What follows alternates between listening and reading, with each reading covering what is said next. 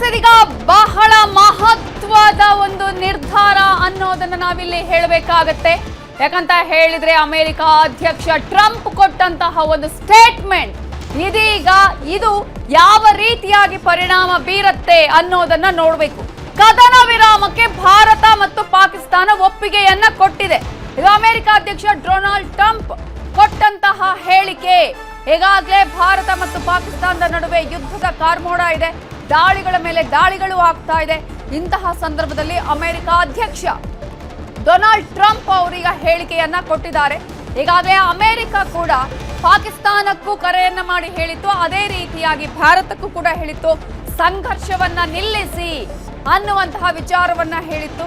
ಇದೀಗ ಅಮೆರಿಕ ಅಧ್ಯಕ್ಷ Donald Trump ಹೇಳಿದ್ದಾರೆ, ಭಾರತ ಮತ್ತು ಪಾಕಿಸ್ತಾನ ಕದನ ವಿರಾಮಕ್ಕೆ ಈಗಾಗಲೇ ಕದನವನ್ನ ನಾವು ಮಾಡೋದಿಲ್ಲ, ಕದನ ವಿರಾಮವನ್ನ ಘೋಷಣೆ ಮಾಡೋದಿಕ್ಕೆ ಈಗ ಒಪ್ಪಿಗೆಯನ್ನ ಕೊಟ್ಟಿವೆ. ಕದನ ವಿರಾಮಕ್ಕೆ ಎರಡೂ ರಾಷ್ಟ್ರಗಳು ಒಪ್ಪಿವೆ ಅನ್ನುವಂತಹ ವಿಚಾರವನ್ನ ಅಮೆರಿಕ ಅಧ್ಯಕ್ಷ ಡೊನಾಲ್ಡ್ ಟ್ರಂಪ್ ಹೇಳಿದ್ದಾರೆ. ಈಗಾಗಲೇ ಯುದ್ಧ ಆಗುತ್ತೆ ಅನ್ನುವಂತಹ ಒಂದು ವಾತಾವರಣ ಇತ್ತು, ಆತಂಕದ ವಾತಾವರಣ ನಿರ್ಮಾಣ ಆಗಿತ್ತು. ಇವತ್ತು ಪ್ರಧಾನಿಗಳು ನಿರಂತರವಾಗಿ ಸಭೆಯನ್ನ ಮಾಡಿದ್ರು. ಭಾರತ ಒಂದು ಮಹತ್ವದ ನಿರ್ಧಾರವನ್ನ ಕೈಗೊಳ್ಳುತ್ತೆ ಅಂತಾನೆ ಹೇಳಲಾಗ್ತಾ ಇತ್ತು. ಇಂತಹ ಸಂದರ್ಭದಲ್ಲಿ ಒಂದು ವೇಳೆ ಯುದ್ಧ ಆಗಿದ್ರು ಕೂಡ ಸಾಕಷ್ಟು ಅನಾಹುತಗಳು ಉಂಟಾಗುವ ಚಾನ್ಸಸ್ ಇತ್ತು. ಆದ್ರೆ ಭಾರತ ಎಲ್ಲ ರೀತಿಯಲ್ಲೂ ಸರ್ವ ಸನ್ನದ್ಧವಾಗಿತ್ತು. ಏನೇ ಆದ್ರೂ ಕೂಡ ಭಾರತ ಪಾಕಿಸ್ತಾನಕ್ಕೆ ತಿರುಗೇಟು ಕೊಡೋದಕ್ಕೆ ಎಲ್ಲ ರೀತಿಯಲ್ಲೂ ಸಿದ್ಧತೆಯನ್ನ ಮಾಡಿಕೊಂಡಿತ್ತು. ಆದ್ರೆ ಇದೀಗ ಅಮೆರಿಕ ಅಧ್ಯಕ್ಷ ಡೊನಾಲ್ಡ್ ಟ್ರಂಪ್ ಕೊಟ್ಟಂತಹ ಹೇಳಿಕೆ ಇದೆಯಲ್ಲ, ಇದು ದೊಡ್ಡ ಮಟ್ಟದಲ್ಲಿ ಸಂಚಲನಕ್ಕೆ ಕಾರಣ ಆಗಿದೆ. ಭಾರತ ಮತ್ತು ಪಾಕಿಸ್ತಾನ ಎರಡೂ ರಾಷ್ಟ್ರಗಳು ಕದನ ವಿರಾಮಕ್ಕೆ ಒಪ್ಪಿಗೆಯನ್ನ ಕೊಟ್ಟಿವೆ ಅಂತ ಹೇಳಿ ಅಮೆರಿಕ ಅಧ್ಯಕ್ಷ ಡೊನಾಲ್ಡ್ ಟ್ರಂಪ್ ಹೇಳಿಕೆಯನ್ನ ಕೊಟ್ಟಿದ್ದಾರೆ. ಇವತ್ತು ಕೂಡ ಪಾಕಿಸ್ತಾನ ಮತ್ತು ಭಾರತದ ಜೊತೆಗೆ ಮಾತುಕತೆಯನ್ನ ಮಾಡಲಾಗಿತ್ತು. ನೀವೀಗಾಗಲೇ ಡೊನಾಲ್ಡ್ ಟ್ರಂಪ್ ಅವರ ಎಕ್ಸ್ ಖಾತೆಯಲ್ಲಿರುವಂತಹ ಒಂದು ಸ್ಟೇಟ್ಮೆಂಟ್ ಅನ್ನ ಅಥವಾ ಪೋಸ್ಟ್ ಅನ್ನ ನೋಡ್ತಾ ಇದ್ದೀರಾ. ಈಗಾಗಲೇ ಬಹಳ ದೀರ್ಘಕಾಲದ ಮಾತುಕತೆಯ ನಂತರ ಎರಡೂ ದೇಶಗಳು ಕದನ ವಿರಾಮಕ್ಕೆ ಒಪ್ಪಿಗೆಯನ್ನ ಸೂಚಿಸಿವೆ ಅನ್ನುವಂತಹ ವಿಚಾರವನ್ನ ಕೂಡ ಈಗಾಗಲೇ ಪೋಸ್ಟ್ ಮಾಡಿದ್ದಾರೆ. ಎಕ್ಸ್ ಖಾತೆಯಲ್ಲಿ ಇದೀಗ ಈ ವಿಚಾರವನ್ನ ಹಂಚಿಕೊಂಡಿದ್ದಾರೆ ಅಮೆರಿಕ ಅಧ್ಯಕ್ಷ ಡೊನಾಲ್ಡ್ ಟ್ರಂಪ್ ಅವರು. ಈಗ ನಾವು ಸಾಕಷ್ಟು ಅವರ ಹತ್ರ ಮಾತುಕತೆಯನ್ನ ಮಾಡಿದ್ವಿ, ಎರಡೂ ರಾಷ್ಟ್ರಗಳ ಜೊತೆ ಮಾತುಕತೆಯನ್ನ ಮಾಡಿದ್ವಿ, ಈಗಾಗಲೇ ಕದನ ವಿರಾಮಕ್ಕೆ ಒಪ್ಪಿಗೆ ಆಗಿದೆ, full and immediate seize fire ಅನ್ನುವಂತಹ ವಿಚಾರವನ್ನ ಕೂಡ ಹೇಳಿದ್ದಾರೆ. ಅಗ್ರಿ ಆಗಿದ್ದೀವಿ ಅನ್ನುವಂತಹ ವಿಚಾರವನ್ನ ಎರಡೂ ದೇಶಗಳು ಹೇಳಿವೆ. ಹಾಗಾಗಿ ಎರಡೂ ದೇಶಗಳಿಗೆ ಅಭಿನಂದನೆಯನ್ನ ಸಲ್ಲಿಸ್ತಾ ಇದ್ದೀವಿ ಅನ್ನುವಂತಹ ವಿಚಾರವನ್ನ ಇದೀಗ ಡೊನಾಲ್ಡ್ ಟ್ರಂಪ್ ಹೇಳಿದ್ದಾರೆ. ಈ ವಿಚಾರಕ್ಕೆ ಸಂಬಂಧಪಟ್ಟ ಹಾಗೆ ನೀವು ನಮ್ಮ ಒಂದು ಮಾತನ್ನ ಅಥವಾ ನಾವು ಕೊಟ್ಟಂತಹ ಸಲಹೆಯನ್ನ ನೀವು ಒಪ್ಪಿಕೊಂಡಿದ್ದೀರಿ, ಇದಕ್ಕೆ ಅಟೆನ್ಷನ್ ಕೊಟ್ಟಿದ್ದೀರಿ ನೀವು, ಅದಕ್ಕೆ ಧನ್ಯವಾದಗಳು ಅನ್ನುವಂತಹ ವಿಚಾರವನ್ನು ಕೂಡ ಇದೀಗ ಅಮೆರಿಕ ಅಧ್ಯಕ್ಷ ಡೊನಾಲ್ಡ್ ಟ್ರಂಪ್ ಅವರು ತನ್ನ ಎಕ್ಸ್ ಖಾತೆಯ ಪೋಸ್ಟ್ ನಲ್ಲಿ ಹೇಳ್ಕೊಂಡಿದ್ದಾರೆ. ಒಂದು ದೊಡ್ಡ ಮಟ್ಟದ ಯುದ್ಧನೇ ಆಗಬಹುದೇನೋ ಅನ್ನುವ ಆತಂಕ ಇತ್ತು. ಕಾರಣ ಪಾಕಿಸ್ತಾನ ದಾಳಿಗಳ ಮೇಲೆ ದಾಳಿಯನ್ನ ಮಾಡ್ತಾ ಇತ್ತು. ಆ ದಾಳಿಗೆ ಭಾರತ ತೀಕ್ಷ್ಣವಾಗಿ ತಿರುಗೇಟು ಕೊಟ್ಟಿತ್ತು, ಅದನ್ನ ಸಮರ್ಥವಾಗಿ ಎದುರಿಸಿತ್ತು. ಪಾಕಿಸ್ತಾನದ ದಾಳಿ ಮಾಡಿದಂತಹ ಸಂದರ್ಭದಲ್ಲಿ ನಾಶಗೊಳಿಸುವಂತಹ ಒಂದು ಎಲ್ಲ ಪ್ರಯತ್ನದಲ್ಲಿ ಭಾರತ ಸಕ್ಸಸ್ ಆಗಿತ್ತು. ಬೆಳಗ್ಗೆ ಕೂಡ ಮಾತುಕತೆಯನ್ನ ನಡೆಸಿತ್ತು ಅಮೆರಿಕ. ಭಾರತ ಹಾಗೆಯೇ ಪಾಕ್ ನಾಯಕರೊಂದಿಗೆ ಅಮೆರಿಕ ಮಾತುಕತೆಯನ್ನ ಮಾಡಿತ್ತು, ಚರ್ಚೆಯನ್ನ ನಡೆಸಿದ್ರು. ಮಾರ್ಕ್ ರುಬಿಯೋ ಕಾರ್ಯದರ್ಶಿ ಅವರು, ಮಾರ್ಕ್ ರುಬಿಯೋ ಅಮೆರಿಕ ವಿದೇಶಾಂಗ ಸಚಿವ ಅವರು ಮಾತುಕತೆಯನ್ನ ಮಾಡಿದ್ರು. ಎಕ್ಸ್ ನಲ್ಲಿ ಇದೀಗ ಈ ವಿಚಾರವನ್ನ ಹಂಚಿಕೊಂಡಿದ್ದಾರೆ ಅಮೆರಿಕ ಅಧ್ಯಕ್ಷರಾಗಿರುವ ಡೊನಾಲ್ಡ್ ಟ್ರಂಪ್. ಟ್ರಂಪ್ ಪೋಸ್ಟ್ ಅನ್ನ ಶೇರ್ ಮಾಡಿದ್ದಾರೆ ಮಾರ್ಕ್ ರುಬಿಯೋ. ಭಾರತ ಮತ್ತು ಪಾಕಿಸ್ತಾನ ನಡುವೆ ಯುದ್ಧದ ಬದಲು, ಸಂಘರ್ಷದ ಬದಲು ಶಾಂತಿ ನೆಲೆಸಲಿ, ಯುದ್ಧ ವಿರಾಮ ಆಗಲಿ ಅನ್ನುವಂತಹ ಒಂದು ಮಾತುಕತೆಗಳು ಕೂಡ ಅಮೆರಿಕದಿಂದ ನಡೆದಿತ್ತು.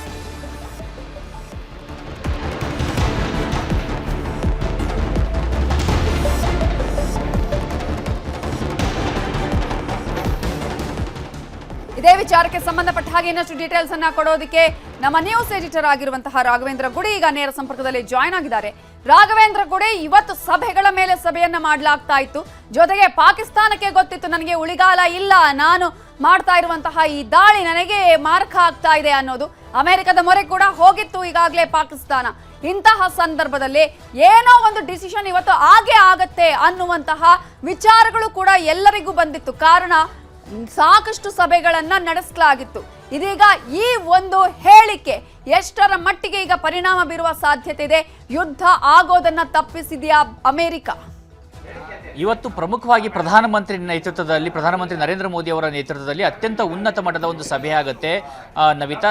ಸರಿಸುಮಾರಾಗಿ 2 ರಿಂದ 3 ಗಂಟೆಗಳ ಕಾಲ ನಡೆಯುವಂತಹ ಸಭೆ ಅದು. ಆ ಸಭೆಯಲ್ಲಿ ರಕ್ಷಣಾ ಸಚಿವರು ಜೊತೆಗೆ NSA ಆಗಿರ್ತಕ್ಕಂಥ ಅಜಿತ್ ಡೋವಲ್ ಅವರು, 3 ಸೇನಾ ಮುಖ್ಯಸ್ಥರು, ನಮ್ಮ CDS ಸೇರಿದಾಗೆ ಅತ್ಯಂತ ಪ್ರಮುಖವಾಗಿರ್ತಕ್ಕಂಥ ಹಿರಿಯ ಅಧಿಕಾರಿಗಳು ಕೂಡ ಈ ಒಂದು ಸಭೆಯಲ್ಲಿ ಪಾಲ್ಗೊಂಡಿರ್ತಾರೆ. ಆ ಸಭೆ ಆದ ಬಳಿಕ ಒಂದು ಮಹತ್ವವಾಗಿರ್ತಕ್ಕಂಥ ವಿಚಾರವನ್ನು ನಾವು ನ್ಯೂಸ್ 18ನಲ್ಲಿ 3 ಗಂಟೆ ಸುಮಾರಿಗೆ ಒಂದು ಮಾಹಿತಿಯನ್ನು ಕೊಟ್ಟಿದ್ವಿ. ಆ ಒಂದು ಮಾಹಿತಿಯ ಸಂದರ್ಭದಲ್ಲಿ ಅಲ್ಲಿ ಒಂದು ಮಾಹಿತಿ ಹೇಳಿದ್ದೇನೆಂದ್ರೆ, ಏನಾದರೂ ಮುಂದಿನ ಹಂತದಲ್ಲಿ ಭವಿಷ್ಯದಲ್ಲಿ ನಡೆಯುವಂತ ಭಯೋತ್ಪಾದಕ ದಾಳಿಯನ್ನ ಭಾರತ ಯುದ್ಧ ಅಂತ ಪರಿಗಣನೆ ಮಾಡುತ್ತೆ, ನಮ್ಮ ಮೇಲೆ ನಡೆದಿರ್ತಕ್ಕಂಥ ದಾಳಿ ಅಂತ ಪರಿಗಣನೆಯನ್ನ ಮಾಡುತ್ತೆ ಅನ್ನುವಂಥ ಮಾಹಿತಿಯನ್ನ ನಮಗೆ ಆ ಒಂದು ಸಂದರ್ಭದಲ್ಲಿ ನಾವು ನಮ್ಮ ವೀಕ್ಷಕರಿಗೆ ಕೊಡುವಂತ ಪ್ರಯತ್ನವನ್ನ ಮಾಡಿದ್ವಿ. ಆ ಸಂದರ್ಭದಲ್ಲಿ ಒಂದು ಸ್ಪಷ್ಟವಾಗಿತ್ತು ಏನಂದ್ರೆ, ಪಾಕಿಸ್ತಾನ ಶರಣಾಗಿದೆ, ಮತ್ತೆ ಮಂಡಿಯನ್ನ ಊರಿದೆ. ಇವತ್ತು ಬೆಳಗಿನ ಜಾವದಿಂದಲೂ ಕೂಡ ಭಾರತದ ಅಧಿಕಾರಿಗಳ ಜೊತೆಯಲ್ಲಿ ನಿರಂತರವಾಗಿ ಮಾತನಾಡ್ತಾ ಇದ್ದಂತ ಪಾಕಿಸ್ತಾನ ಒಂದು ಕಡೆ ಸೌದಿ ಅರೇಬಿಯಾ, ನಿನ್ನೆ ಅಲ್ಲಿಯ ಒಂದು ಸೆಷನ್ ನಲ್ಲಿ ಅಲ್ಲಿ ಇರ್ತಕ್ಕಂಥ ಸಂಸತ್ತಿನಲ್ಲಿ ಅಲ್ಲಿಯ ರಕ್ಷಣಾ ಸಚಿವ ಒಂದು ಮಾಹಿತಿಯನ್ನು ಕೊಟ್ಟಿರ್ತಾರೆ. ನಾವು ಸೌದಿ ಅರೇಬಿಯಾ, ಅಮೆರಿಕ, ಕತಾರ್, ಚೈನಾದ ಜೊತೆಯಲ್ಲಿ ಪ್ರತಿದಿನ ಮನವಿಯನ್ನ ಮಾಡ್ಕೊಳ್ತಾ ಇದ್ದೀವಿ, ಹೇಗಾದ್ರೂ ಮಾಡಿ ಯುದ್ಧ ವಿರಾಮವನ್ನ ಘೋಷಣೆ ಮಾಡುವ ಹಾಗೆ ಮಾಡಿ, ಭಾರತದ ಮನವನ್ನ ಒಲಿಸೋದಕ್ಕೆ ಪ್ರಯತ್ನವನ್ನ ಮಾಡಿ ಅಂತೇಳಿ ನಿರಂತರವಾಗಿ ನಾವು ಕೇಳ್ಕೊಳ್ತಾ ಇದ್ವಿ. ಆ ಒಂದು ನಮ್ಮ ಮನವಿಯನ್ನ ನಾವು ಅಲ್ಲಿ ಮಾಡ್ಕೊಳ್ತಾ ಇದ್ದೀವಿ ಅಂತ. ಅದರ ಬೆನ್ನಲ್ಲೇ ಅಮೆರಿಕದ ವಿದೇಶಾಂಗ ಸಚಿವಾಲಯ ಕೂಡ ಸಚಿವರು ಕೂಡ ಇವತ್ತು ಅಲ್ಲಿ ಆಸಿಫ್ ಮುನೀರ್, ಪಾಕಿಸ್ತಾನದ ಸೇನಾ ಮುಖ್ಯಸ್ಥ, ಆತನ ಜೊತೆಯಲ್ಲೂ ಕೂಡ ಮಾತನಾಡಿರ್ತಾರೆ. ಕೇವಲ ಮಾತನಾಡೋದಂತದ್ದಲ್ಲ, ಒಂದು ಪ್ರಮುಖವಾದಂತಹ ಕಂಡೀಷನ್ ಅನ್ನ ಕೂಡ ಇಟ್ಟಿರ್ತಾರೆ, ತ್ವರಿತವಾಗಿ ಈ ಒಂದು ಕದನ ವಿರಾಮವನ್ನು ಘೋಷಣೆ ಮಾಡಬೇಕು ಅಂತ ಹೇಳಿ. ಈಗ ನಾವು ಇಂಟರ್ನ್ಯಾಷನಲ್ ಮಾನಿಟರಿ ಫಂಡ್ ಇಂದ ಅವರಿಗೆ ಹಣವನ್ನು ಬಿಡುಗಡೆ ಆಗಿತ್ತಲ್ಲ, ಬಹುತೇಕವಾಗಿ ಬಿಡುಗಡೆ ಆಗೋಕ್ಕಿಂತ ಮುಂಚಿತವಾಗಿಯೇ ಈ ಒಂದು ತಾಕೀತನ್ನ ಕೂಡ ಮಾಡಿದ್ರ ಅದು ಅನ್ನುವಂಥದ್ದು ಗೊತ್ತಿಲ್ಲ. ಈಗ ನಾವೆಲ್ಲ ನಾವು ಗಮನಿಸ್ತಿರೋ ಹಾಗೆ ಭಾರತ ಸಾಕಷ್ಟು ವಿರೋಧದ ನಡುವೆಯೂ ಕೂಡ ಹಣವನ್ನು ಅವರಿಗೆ ಬಿಡುಗಡೆಯನ್ನ ಮಾಡಲಾಗಿತ್ತು. ಇದು ಒಂದು ಕಡೆಯಿಂದ ಆಗ್ತಾ ಇತ್ತು. ಇನ್ನು ಭಾರತ ಮುಂಚಿತವಾಗಿ ಹೇಳ್ತಾ ಇದ್ದದ್ದು ಅಂದ್ರೆ ಒಂದೇ ಮಾತು ನವಿತಾ, ಏನಂದ್ರೆ ನಾವು ಇದನ್ನ ಎಸ್ಕಲೇಟ್ ಮಾಡ್ತಾ ಇಲ್ಲ. ನಮ್ಮ ಮೇಲೆ ಏನು ದಾಳಿ ಆಗುತ್ತೆ, ಪಹಲ್ಗಾಮ್ನಲ್ಲಿ ಏಪ್ರಿಲ್ 22ನೇ ತಾರೀಕು ನಡೆದಂತ ದಾಳಿಯಲ್ಲಿ 26 ಜನ ಅಮಾಯಕರ ಸಾವಾಗ್ತಾರೆ. ಅದಕ್ಕೆ ಪ್ರತಿಯಾಗಿ ಪಾಕಿಸ್ತಾನದ 9 ಪ್ರಮುಖ ಸ್ಥಳಗಳೇನಿದ್ದಾವೆ, ಮರ್ಕಜಾಗಳೇನಿದ್ದಾವೆ, ಅಲ್ಲಿ ಭೀಕರವಾಗಿರ್ತಕ್ಕಂಥ ದಾಳಿಯನ್ನ ಭಾರತ ಮಾಡಿರುತ್ತೆ. ಅತ್ಯಂತ ಮೋಸ್ಟ್ ವಾಂಟೆಡ್ ಉಗ್ರರ ಹತ್ಯೆ ಆಗಿರುತ್ತೆ ಅವತ್ತು. ಆ ಉಗ್ರರನ್ನ ಒಂದು ನರಕಕ್ಕೆ ಅಟ್ಟಿರುತ್ತೆ ಭಾರತ. ಅವ್ರು ಹೇಳುವಾಗೆ ಜನ್ನತ್ಗೆ ಅಲ್ಲ, ಬದಲಿಗೆ ನರಕಕ್ಕೆ ಅಟ್ಟಿರುತ್ತೆ ಭಾರತ ಅಂತ ಒಂದು ಭೀಕರವಾದಂತಹ ದಾಳಿಯನ್ನ ಮಾಡಿರುತ್ತೆ. ಅದರಲ್ಲೂ ಕೂಡ ಮಸೂದ್ ಅಜರ್ನ 9 ಜನ ಆತನ ಕುಟುಂಬಸ್ಥರು ಅಲ್ಲಿ ಸಾವನ್ನಪ್ಪಿರ್ತಾರೆ. ಹೀಗಾಗಿ ಸಹಜವಾಗಿ ಭಾರತ ತನ್ನ ಕೆಲಸವನ್ನ ಮಾಡಿರುತ್ತೆ, ತನ್ನ ಮೇಲೆ ಆಗಿದ್ದಂತ ಒಂದು ದಾಳಿಯ ಪ್ರತಿಕಾರವನ್ನ, ನ್ಯಾಯವನ್ನ ತೀರಿಸುವಂತ ಪ್ರಯತ್ನವನ್ನ ಮಾಡಿರುತ್ತೆ. ಆದ್ರೆ ಪಾಕಿಸ್ತಾನ ಅದಕ್ಕೆ ಸುಮ್ಮನಾಗಿರೋದಿಲ್ಲ. ಪಾಕಿಸ್ತಾನಕ್ಕೆ ಇದನ್ನ ದೊಡ್ಡದು ಮಾಡೋದು ಅಥವಾ ತನ್ನನ್ನು ತಾನು ಪ್ರೂವ್ ಮಾಡ್ಕೊಳ್ಳೋದಕ್ಕೆ ಹೇಗಾಗಿತ್ತಂದ್ರೆ, ಈ ಕೈಲಾಗದವ ಮೈ ಪರಿಚಿಕೊಂಡ ಅಂತಾರಲ್ಲ, ಹಾಗೆ ತನ್ನ ಕೈಲಾಗದೆ ಇದ್ರೂ ಮೈ ಪರಿಚಿಕೊಳ್ಳುವಂತ ಪ್ರಯತ್ನದಲ್ಲಿ ತನಗೆ ತಾನೇ ಗಾಯವನ್ನ ಮಾಡ್ಕೊಳ್ತಾ ಇತ್ತು ಪಾಕಿಸ್ತಾನ. ಭಾರತದ ಒಂದು ಪಂಜಾಬ್ ಮೇಲೆ ಮಿಸೈಲ್ಗಳನ್ನ ಅಟ್ಯಾಕ್ ಮಾಡದಂತದ್ದಿತ್ತು. ಅದಾದ ಬಳಿಕ ಅದಕ್ಕೆ ಪ್ರತಿಯಾಗಿ ಭಾರತ ತನ್ನ ರೈಟ್ ಟು ಸ್ಟ್ರೈಕ್ ಅಂತ ಏನಿದೆ, ಆ ರೈಟ್ ಟು ಸ್ಟ್ರೈಕ್ ಅನ್ನ ಬಳಸಿಕೊಂಡು ಪಾಕಿಸ್ತಾನದ ಲಾಹೋರ್ ಇರ್ಬೋದು, ಪೇಶಾವರ ಇರ್ಬೋದು, ಆದರೆ ನಗರಗಳಿರ್ಬೋದು, ರಾವಲ್ಪಿಂಡಿ ತನಕ ಕೂಡ ಡ್ರೋನ್ ನಲ್ಲಿ ಅಟ್ಯಾಕ್ ಮಾಡುತ್ತೆ. ಡ್ರೋನ್ ನ ಬಳಸಿ ಅಟ್ಯಾಕ್ ಮಾಡಿ ಅವರ ಈ ಆಂಟಿ ಮಿಸೈಲ್ ಸಿಸ್ಟಮ್ಸ್ಗಳೇನಿರುತ್ತೆ ಅದನ್ನ ಧ್ವಂಸ ಮಾಡುತ್ತೆ ಭಾರತ. ಅದಾದ ಮೇಲೆ ಆದ್ರೂ ಕೂಡ ಪಾಕಿಸ್ತಾನ ಸುಮ್ಮನಾಗುತ್ತಾ ಇಲ್ಲ. ಮತ್ತೇನ್ ಮಾಡುತ್ತೆ, ಜಮ್ಮುವಿನಲ್ಲಿ ಅನ್ಪ್ರೆಸಿಡೆಂಟೆಡ್ ಆಗಿ 500 ಡ್ರೋನ್ಗಳನ್ನ ಬಳಸಿ, ಕಾಮಿಕೋ ಡ್ರೋನ್ ಅಂತ ಏನ್ ಹೇಳ್ತೀವಿ, ಆತ್ಮಹತ್ಯಾ ಡ್ರೋನ್ಗಳು, ಟರ್ಕಿ ನಿರ್ಮಿತವಾಗಿರ್ತಕ್ಕಂಥ ಡ್ರೋನ್ಗಳನ್ನ ಬಳಸಿ ಅಟ್ಯಾಕ್ ಅನ್ನ ಮಾಡಲಾಗುತ್ತೆ. ಭಾರತ ಅದನ್ನ ಅಷ್ಟೇ ಸಕ್ಷಮವಾಗಿ ನಮ್ಮ ಆಂಟಿ ಡ್ರೋನ್ ಸಿಸ್ಟಮ್ಗಳು, ಆಂಟಿ ಮಿಸೈಲ್ ಸಿಸ್ಟಮ್ಗಳು ನಿಷ್ಕ್ರಿಯ ಮಾಡ್ತವೆ. ಒಂದ್ ರೀತಿಯಿಂದ ಸ್ಟಾರ್ ವಾರ್ಸ್ ತರ ಕಾಣಿಸ್ತಾ ಇರುತ್ತೆ. ಆಗ ಸಹ ನಮಗೆ ಅಷ್ಟು ಭೀಕರ ಅವರು ದಾಳಿಯನ್ನ ಮಾಡಿದ್ರು ಕೂಡ ಅದನ್ನು ನಿಷ್ಕ್ರಿಯ ಮಾಡದಂತ ಭಾರತ ಮತ್ತೊಂದು ಚಾನ್ಸ್ ಅನ್ನ ಕೊಡುತ್ತೆ ಪಾಕಿಸ್ತಾನಕ್ಕೆ. ಈ ಬಾರಿ ಆದ್ರೂ ನೀವು ತಿದ್ದುಕೊಳ್ಳಿ ಅಂತೇಳಿ ಕೆಲವೊಂದಿಷ್ಟು ಸ್ಟ್ರಾಟಜಿಕ್ ಆಗಿರ್ತಕ್ಕಂಥ ಪಾಯಿಂಟ್ಸ್ ಗಳನ್ನ ಮಾತ್ರ ಅಟ್ಯಾಕ್ ಮಾಡುತ್ತೆ ನಮ್ಮ ಡ್ರೋನ್ ಅನ್ನ ಬಳಸಿ. ಪಾಕಿಸ್ತಾನ ಲಾಹೋರ್ ಇರ್ಬೋದು ಅಥವಾ ಅವರ ಇಸ್ಲಾಮಾಬಾದ್ ಇರ್ಬೋದು, ಅಲ್ಲಿರ್ತಕ್ಕಂಥ ಅವರ ಏನು ಡ್ರೋನ್ಸ್ ಇದ್ದು ಅಥವಾ ಇದು ರೆಡಾರ್ಸ್ಗಳಿತ್ತು ಅಥವಾ ಆಂಟಿ ಮಿಸೈಲ್ ಸಿಸ್ಟಮ್ಸ್ಗಳಿತ್ತು, ಅದನ್ನ ಮಾತ್ರ ಒಂದಿಷ್ಟು ಹೊಡೆದು ಹಾಕಿರುತ್ತೆ. ಬದಲಿಗೆ ಅಲ್ಲಿ ಯಾವುದೇ ದೊಡ್ಡ ಮಟ್ಟದ ದಾಳಿಯನ್ನ ಮಾಡೋದಿಲ್ಲ. ಅವಾಗಲಾದ್ರೂ ಪಾಕಿಸ್ತಾನ ಬುದ್ಧಿ ಕಲಿತಾ ಇಲ್ಲ.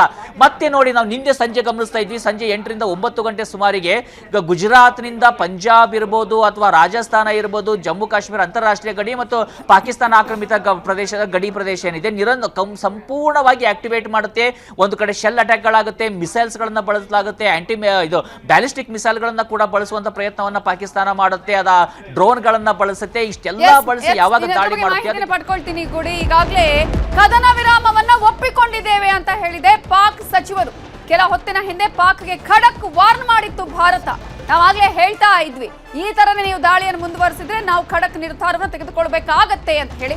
ಮುಂದಿನ ದಾಳಿಯನ್ನ ನಾವು ಘೋಷಣೆ ಮಾಡ್ತೇವೆ ಅನ್ನೋದನ್ನ ಕೂಡ ಭಾರತ ಹೇಳಿತ್ತು. ಭಾರತದ ಎಚ್ಚರಿಕೆಯಿಂದ ಇದೀಗ ಪಾಕಿಸ್ತಾನ ಬೆದರಿದೆ. ಕದನ ವಿರಾಮವನ್ನ ಒಪ್ಪಿಕೊಂಡಿದ್ದೇವೆ ಅಂತ ಪಾಕ್ ಘೋಷಣೆಯನ್ನ ಮಾಡಿದೆ. ಈಗ ಪಾಕ್ ಅನೇಕರು ಕಾಲ್ ಮಾಡಿದಾಗ ಪಾಕಿಸ್ತಾನಕ್ಕೆ, ಅದರಲ್ಲೂ ಪ್ರಮುಖವಾಗಿ ಅಮೆರಿಕ ಆಗಿರ್ಬೋದು, ಚೀನಾ ಕಾಲ್ ಮಾಡಿದಂತಹ ಸಂದರ್ಭದಲ್ಲಿ ಮಾತುಕತೆಯನ್ನ ಮಾಡಿದ್ರು. ನಂತರ ಭಾರತಕ್ಕೂ ಕೂಡ ಕಾಲ್ ಅನ್ನ ಮಾಡಿದ್ರು. ಆದ್ರೆ ಕಾಲ್ ಮಾಡಿದ್ರು ಕೂಡ ಅನೇಕ ಕಡೆಗಳಲ್ಲಿ ಮತ್ತೆ ದಾಳಿಯನ್ನ ಮಾಡ್ತಾ ಇತ್ತು. ಆದ್ರೆ ಇದೀಗ ಪಾಕಿಸ್ತಾನ ಯಾವುದೇ ಕಾರಣಕ್ಕೂ ಮತ್ತೆ ಅಂತಹ ನರಿಬುದ್ಧಿಯನ್ನ ತೋರಿಸಬಾರ್ದು. ಯಾಕಂತ ಹೇಳಿದ್ರೆ ಇದೀಗ ಒಪ್ಪಿಕೊಂಡ ಮೇಲೆ ಮತ್ತೆ ತನ್ನ ಬುದ್ಧಿಯನ್ನ ತೋರಿಸಿದ್ರೆ ಆಗ ಭಾರತ ತೀಕ್ಷ್ಣವಾದ ಪ್ರತಿಕ್ರಿಯೆಯನ್ನು ಕೊಡಬೇಕಾಗತ್ತೆ. ಕದನ ವಿರಾಮವನ್ನ ಇದೀಗ ನಾವು ಒಪ್ಪಿಕೊಂಡಿದ್ದೇವೆ ಅಂತ ಪಾಕ್ ಕೂಡ ಇಲ್ಲಿ ಘೋಷಣೆಯನ್ನ ಮಾಡಿದೆ. ಯಾವ ಸಂದರ್ಭದಲ್ಲಿ ಏನಾಗಬಹುದು, ಯುದ್ಧ ಘೋಷಣೆ ಆಗಬಹುದು ಅನ್ನುವಂತಹ ಸಿಚುವೇಶನ್ ಇತ್ತು. ಆದ್ರೆ ಇದೀಗ ತಿಳಿ ಆದ ಹಾಗೆ ಇದೆ. ಕೆಲ ಹೊತ್ತಿನ ಹಿಂದೆ ಪಾಕ್ಗೆ ಭಾರತ ಖಡಕ್ ವಾರ್ನ್ ಕೂಡ ಮಾಡಿತ್ತು. ಆ ಒಂದು ವಾರ್ನ್ಗೆ ಬೆದರಿದೆ ಇದೀಗ ಪಾಕಿಸ್ತಾನ. ಮುಂದಿನ ದಾಳಿಯನ್ನ ಯುದ್ಧ ಅಂತ ಘೋಷಿಸ್ತೇವೆ ಅಂತಾನೆ ಭಾರತ ಹೇಳ್ಕೊಂಡಿತ್ತು. ಈ ಒಂದು ಎಚ್ಚರಿಕೆಯಿಂದ ಪಾಕಿಸ್ತಾನ ಬೆದರಿದ ಹಾಗೆ ಕಾಣಿಸ್ತಾ ಇದೆ. ಗುಡಿ, ಈಗಾಗಲೇ ನಾವು ಮಾತನಾಡೋ ಸಂದರ್ಭದಲ್ಲಿ ಕೂಡ ಹೇಳ್ತಾ ಇದ್ವಿ, ಭಾರತದ ಎಚ್ಚರಿಕೆ ಇದೆಯಲ್ಲ, ಒಂದು ಮಾತಿನ ಎಚ್ಚರಿಕೆ, ಮತ್ತೊಂದು ಕಡೆ ಈಗಾಗಲೇ ದಾಳಿಯನ್ನ ನಾವು ಯಾವ ರೀತಿಯಾಗಿ ಪ್ರತಿ ದಾಳಿ ಮಾಡಿದಂತಹ ಸಂದರ್ಭದಲ್ಲಿ ಎಲ್ಲವನ್ನ ಧ್ವಂಸ ಮಾಡಿದಂತಹ ರೀತಿ ಎಲ್ಲವೂ ಕೂಡ ಪಾಕಿಸ್ತಾನ ಪತ್ರಗುಟ್ಟಿ ಹೋಗಿತ್ತು. ಅಷ್ಟು ಮಾತ್ರ ಅಲ್ಲ, ಕಳೆದ 2 ದಿನಗಳ ಹಿಂದೆ ಕೂಡ ಅಮೆರಿಕಿಂತಹ ಮಧ್ಯಸ್ಥಿಕೆ ವಹಿಸಿದಾಗ ಭಾರತ ನಯವಾಗಿ ತಿರಸ್ಕರಿಸಿತ್ತು. ಇಸ್ಲಾಮಾಬಾದ್ಗೆ ಅಲ್ಲಿ ನೀವು ಹೇಳಿ ಇಂತಹ ಒಂದು ಭಯೋತ್ಪಾದನಾ ಚಟುವಟಿಕೆಗಳನ್ನು ನಿಲ್ಲಿಸುವಂತೆ ಅನ್ನುವಂತಹ ಪತ್ರವನ್ನು ಕೂಡ ಭಾರತದಿಂದ ಹೋಗಿತ್ತು. ಇದೀಗ ಭಾರತ ಹಾಗೆಯೇ ಪಾಕಿಸ್ತಾನ ಒಪ್ಕೊಂಡಿದೆ. ಕದನ ವಿರಾಮಕ್ಕೆ ಭಾರತದ ಎಚ್ಚರಿಕೆ ಪಾಕಿಸ್ತಾನಕ್ಕೆ ಸರಿಯಾಗಿ ತಟ್ಟದಂಗ ಆಗಿದೆ ಅಂತ ಹೇಳಿ. ಎಚ್ಚರಿಕೆಗಿಂತ ಹೆಚ್ಚಾಗಿ ಪ್ರಾಕ್ಟಿಕಲ್ ಆಗಿ ನಿನ್ನೆ ತೋರಿಸ್ತಲ್ಲ ನವಿತಾ. ನಾನು ಅವಾಗಲೇ ಹೇಳ್ತಾ ಇದ್ದಾಗೆ ನಾವು ಈ ಒಂದು ಇಷ್ಟು ದಿನಗಳ ಕಾಲ ಆಗಿರ್ತಕ್ಕಂಥ ಘಟನೆಗಳನ್ನು ನಾನು ಒಂದೊಂದಾಗಿ ಎಕ್ಸ್ಪ್ಲೇನ್ ಮಾಡ್ತಾ ಬರ್ತಾ ಇದ್ನಲ್ಲ, ಅದನ್ನೇ ನೋಡ್ತಾ ಇದ್ದು. ನಿನ್ನೆ ಕೂಡ ಯಾವಾಗ ಪಾಕಿಸ್ತಾನ ದಾಳಿ ನಡೆಸುತ್ತೆ, ನಿನ್ನೆ ಭಾರತ ಪ್ರತಿಯಾಗಿ ನಡೆಸಿದಂಥ ದಾಳಿ ಏನಿದೆ ಅತ್ಯಂತ ಭೀಕರವಾಗಿರ್ತಕ್ಕಂಥ ಅವರ 6 ಏರ್ ಬೇಸ್ಗಳು ಹೋಗಿದ್ದಾವೆ. ಅವರ F-16 ಏರ್ ಬೇ ಫ್ಲೈಟ್ ಅನ್ನು ಇಟ್ಟಿರುವಂಥ ಅತ್ಯಂತ ಸೂಕ್ಷ್ಮವಾಗಿರ್ತಕ್ಕಂಥ ಅತ್ಯಂತ ಹೆಚ್ಚು ಭದ್ರತೆ ಇರುವಂಥ ಒಂದು ಅವರ ಏರ್ ಬೇಸ್ ಏನಿದೆ ಅದನ್ನು ಕೂಡ ಭಾರತ ಧ್ವಂಸ ಮಾಡಿದೆ. ಲಾಹೋರ್ನ ಏರ್ ಬೇಸ್ ಧ್ವಂಸ ಆಗಿದೆ, ರಾವಲ್ಪಿಂಡಿ ಏರ್ ಬೇಸ್ ಧ್ವಂಸ ಆಗಿರ್ತಕ್ಕಂಥದ್ದು. ಯಾವಾಗ ಭಾರತ ತನ್ನ ರೌದ್ರಾವತಾರವನ್ನ ತೋರಿಸುತ್ತೋ ಪಾಕಿಸ್ತಾನ ಅನಿವಾರ್ಯವಾಗಿ ಶರಣಾಗಲೇಬೇಕಿತ್ತು. ಅವರ ಹತ್ರ ಬೇರೆ ಯಾವುದೇ ದಾರಿ ಇರಲಿಲ್ಲ. ಹೀಗಾಗಿ ಭಾರತ ಮುಂಚಿತವಾಗಿ ಹೇಳ್ತಾ ಇದ್ದಾಗೆ, ನೀವು ಸುಮ್ಮನಾದ್ರೆ ನಾವು ಸುಮ್ಮನಾಗ್ತೀವಿ, ನೀವೇನಾದ್ರೂ ಕಾಲು ಕೆರೆದ ಜಗಳಕ್ಕೆ ಬಂದ್ರೆ ಆ ಕಾಲೇ ಇರಬಾರ್ದು, ನಾಳೆ ಅಂತ ಒಂದು ಶಿಕ್ಷೆಯನ್ನ ಕೊಡ್ತೀವಿ ಅಂತೇಳಿ ಆ ಶಿಕ್ಷೆನ ಆಲ್ರೆಡಿ ಕೊಡ್ತಲ್ಲ. ಆ ಬಿಸಿ ಬಂದಿರುವಂತದ್ದು ಇಲ್ಲಿ ಹೇಗಾಯ್ತಂದ್ರೆ ಆ ಒಂದು ಆಪರೇಷನ್ ಅಂತೂ ಸಕ್ಸಸ್ ಆಗಿದೆ, ಆದ್ರೆ ಪಾಕಿಸ್ತಾನ ಅಂತ ಒಂದು ಪೇಷಂಟ್ ಸತ್ತೋದಾಗ ಆಗಿದೆ. ಯಾಕಂದ್ರೆ ಈ ಒಂದು ಭಾರತ ತನ್ನ ಒಂದು ಏನು ದಾಳಿಯನ್ನ ಮಾಡಬೇಕಿತ್ತು ಅಥವಾ ಭಾರತ ಮಾಡಿರುವಂತ ಈ ಒಂದು ಪ್ರತಿಕ್ರಿಯೆ ಇದೆಯಲ್ಲ, ಇವತ್ತು ಒಂದು ಸೀಸ್ ಫೈರ್ ಅನ್ನ, ಕದನ ವಿರಾಮನವನ್ನು ಅನೌನ್ಸ್ ಮಾಡಿದ್ರು ಸಹಿತವಾಗಿ ಪಾಕಿಸ್ತಾನಕ್ಕೆ ಆಗಿರುವ ಹಾನಿ ಅಷ್ಟಿಷ್ಟಲ್ಲ. ಈ ಹಾನಿಯಿಂದ ಅದಕ್ಕೆ ಮುಖಭಂಗದಿಂದ ಅದು ಹೊರಬರೋದಕ್ಕೆ ಸಾಕಾಗೋದಿಲ್ಲ. ಎಸ್ಪೆಷಲಿ ತನ್ನ ಜನರ ಮುಂದೆನೆ ನೋಡಿ, ಅವ್ರು ಏನೇ ಹೇಳಿದ್ರು ಒಂದು ಮಾತನ್ನ ಹೇಳ್ತಿದ್ರು, ನಮ್ಮ ಹತ್ರ ನ್ಯೂಕ್ಲಿಯರ್ ಪವರ್ ಇದೆ, ನಾವು ನ್ಯೂಕ್ಲಿಯರ್ ಪವರ್ ಅನ್ನ ಬಳಸ್ತೀವಿ ಅಂತ. ಎಲ್ಲೋಯ್ತು ಅವರ ನ್ಯೂಕ್ಲಿಯರ್ ಪವರ್? ಅವರ ಒಂದು ಬೋಗರಿ ಇತ್ತಲ್ಲ, ನಾವು ನ್ಯೂಕ್ಲಿಯರ್ ಪವರ್ ಅನ್ನ ಬಳಸ್ತೀವಿ ಅಂತ ಧಮಕಿ ಕೊಡೋದು. ಈ ಒಂದು ಹಳೆ ಕಾಲದಲ್ಲಿ ಯಾರಾದ್ರೂ ಒಬ್ಬ ಊರಲ್ಲಿರುವಂತ ಗುಂಡ ಮಾಡ್ತಾ ಇದ್ದ ಅಥವಾ ಕೈಯಲ್ಲಿ ಒಂದು ಬಂದೂಕನ್ನ ಹಿಡಿದು ಶೂಟ್ ಮಾಡ್ತೀನಿ ಅಂತ, ಆದ್ರೆ ಆ ಬಂದೂಕಲ್ಲಿ ಅಮ್ಯುನೇಷನ್ ಇರಲಿಲ್ಲ, ಅದರಲ್ಲಿ ಸ್ಪ್ರಿಂಗೇ ಇರಲಿಲ್ಲ, ಕೆಟ್ಟೋಗಿರೋಂಥ ಬಂದೂಕನ್ನ ಹಿಡ್ಕೊಂಡು ಶೂಟ್ ಮಾಡ್ತೀನಿ ಅನ್ನೋ ಹಾಗೆ ಇವರು ತನ್ನ ಬಳಿಯಲ್ಲಿ ಇರೋಂಥ ಯಾವುದೋ ಒಂದು ಹಳೆ ಕಾಲದ ನ್ಯೂಕ್ಲಿಯರ್ ಅನ್ನ ಇಟ್ಕೊಂಡು ನಾನು ನಿಮ್ಮ ಮೇಲೆ ಹಾಕ್ತೀನಿ ಅಂತಿದ್ರೆ ಯಾರ ಮೇಲೆ ಹಾಕಾಯ್ತು?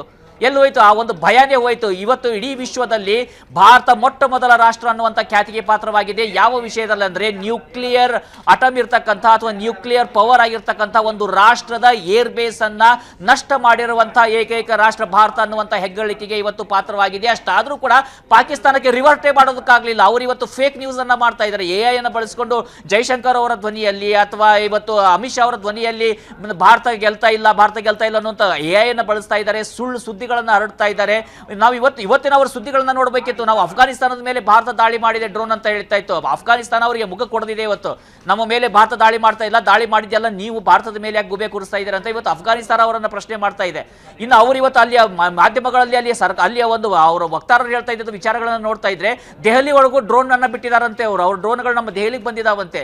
ಇಲ್ಲಿಯ ಒಂದು ನಮ್ಮ ಬ್ರಹ್ಮೋಸ್ ಮಿಸೈಲ್ಗಳನ್ನ ನಾಶ ಮಾಡಿದಾರಂತೆ, S-400 ಅನ್ನ ನಾಶ ಮಾಡಿದಾರಂತೆ. ಅಂದ್ರೆ ಸುಳ್ಳು ಸುದ್ದಿಗಳನ್ನ ಹೇಳಿ ತನ್ನ ಜನರನ್ನ ಬಕ್ರ ಮಾಡುವಂಥದ್ದು ಅಥವಾ ತನ್ನ ಜನರನ್ನ ಅವರ ಮುಖಕ್ಕೆ ಅವರಿಗೆ ಕೇವಲ ಒಂದು ಇಂಪ್ರೆಷನ್ ಅನ್ನು ಬಿಲ್ಡ್ ಮಾಡೋದ್ರಲ್ಲಿ ಮಾತ್ರ ಸಕ್ಸಸ್ ಆಗ್ತಾ ಇದ್ದಂತ ಪಾಕಿಸ್ತಾನ ಈ ಬಾರಿ ಅದರಲ್ಲೂ ಸಕ್ಸಸ್ ಆಗ್ತಿಲ್ಲ. ಅಂದ್ರೆ ಸಂಪೂರ್ಣ ಸೋಲನ್ನ ಒಪ್ಪಿಕೊಂಡಾಗಿದೆ. ಹೀಗಾಗಿ ಅನಿವಾರ್ಯವಾಗಿ ಸತ್ತೋಗಿರೋರನ್ನ ಮತ್ತೇನು ಸಾಯಿಸೋದಿರುತ್ತೆ. ಭಾರತ ಇವತ್ತು ಅದೇ ತರ ನಿರ್ಧಾರಕ್ಕೆ ಬಂದಿರುವಂತದ್ದು. ಅದರಲ್ಲೂ ಕೂಡ ಅಮೆರಿಕ ಸಾಕಷ್ಟು ಬಾರಿ ಭಾರತಕ್ಕೂ ಕೂಡ ಮನವಿಯನ್ನ ಮಾಡಿಕೊಳ್ತಾ ಇತ್ತು. ಭಾರತ ಒಂದೇ ಸ್ಪಷ್ಟವಾಗಿ ಹೇಳಿದ್ದು, ಅವರು ನಿಲ್ಸಿದ್ರೆ ನಾವು ನಿಲ್ತೀವಿ, ಅವರು ದಾಳಿಯನ್ನ ಮಾಡಿದ್ರೆ 10 ಪಟ್ಟು ನಾವು ವಾಪಸ್ ಕೊಡ್ತೀವಿ.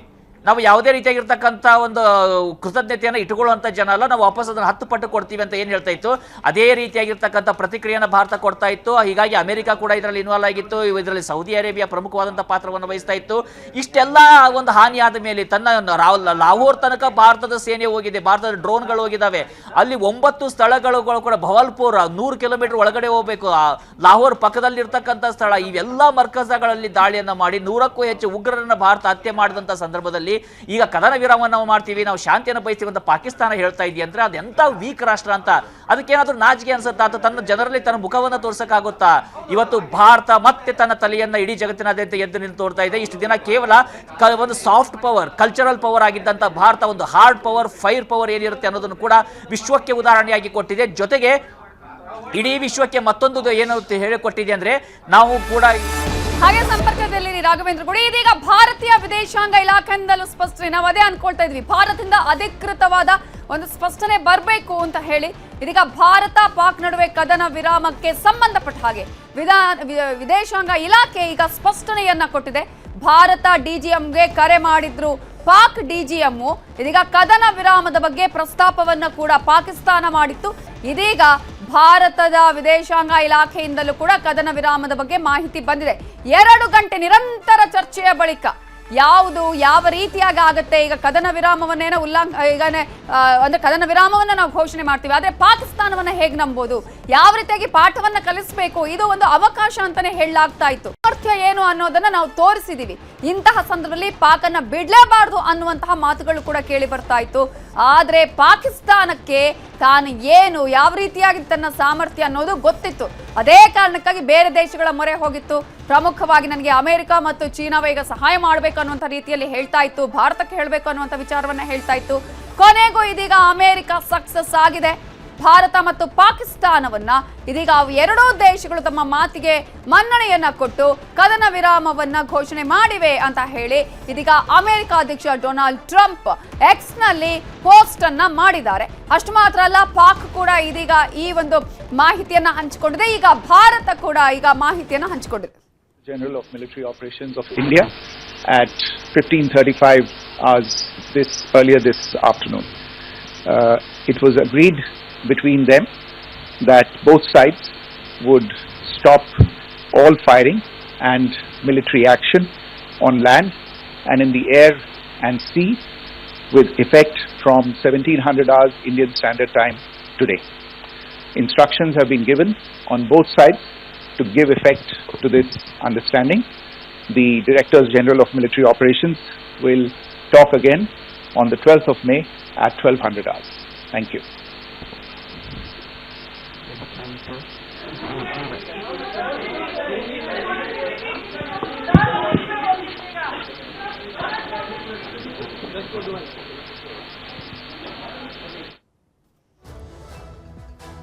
ಭಾರತದ ವಿದೇಶಾಂಗ ಇಲಾಖೆ ಕೂಡ ಮಾಹಿತಿಯನ್ನ ಕೊಟ್ಟಿರೋದು ಇದೀಗ.